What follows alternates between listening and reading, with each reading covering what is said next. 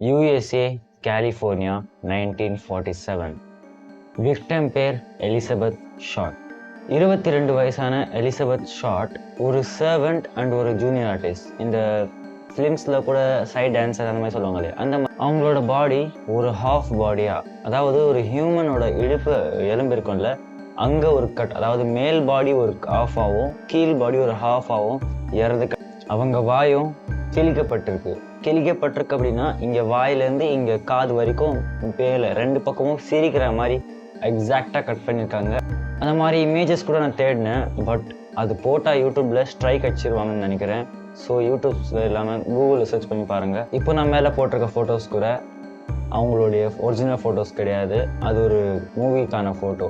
அதுக்கப்புறம் police investigation பண்ணியும் எங்களால் இதை சால்வ் பண்ண முடியலன்னு சொல்லிட்டு அவங்க ஒத்துக்கிட்டாங்க. ஏன் அப்படின்னா அவங்களுக்கு கேட்ட கேள்விக்கு அவங்க சொன்ன பதில், நாங்கள் என்ன எவிடன்ஸ் எந்த ப்ரூஃப் கலெக்ட் பண்ணால் கூட திருடு போயிடுது, ஸோ எங்களால் நிறைய எவிடன்ஸ் கலெக்ட் பண்ண முடியல அப்படின்னு சொல்லியிருக்காங்க. அண்ட் போலீஸ் கில்லரை பற்றி சொல்கிற விஷயம் என்னென்னா, மோஸ்ட்லி கில்லருடைய எண்ணம் பப்ளிக்கை பயம்பூத்தணும் தான் இருக்கணுன்றது அவங்க சொல்கிறாங்க. அப்போலேருந்து இப்போ வரைக்கும் இந்த கேஸ் யாரும் சால்வ் பண்ணல.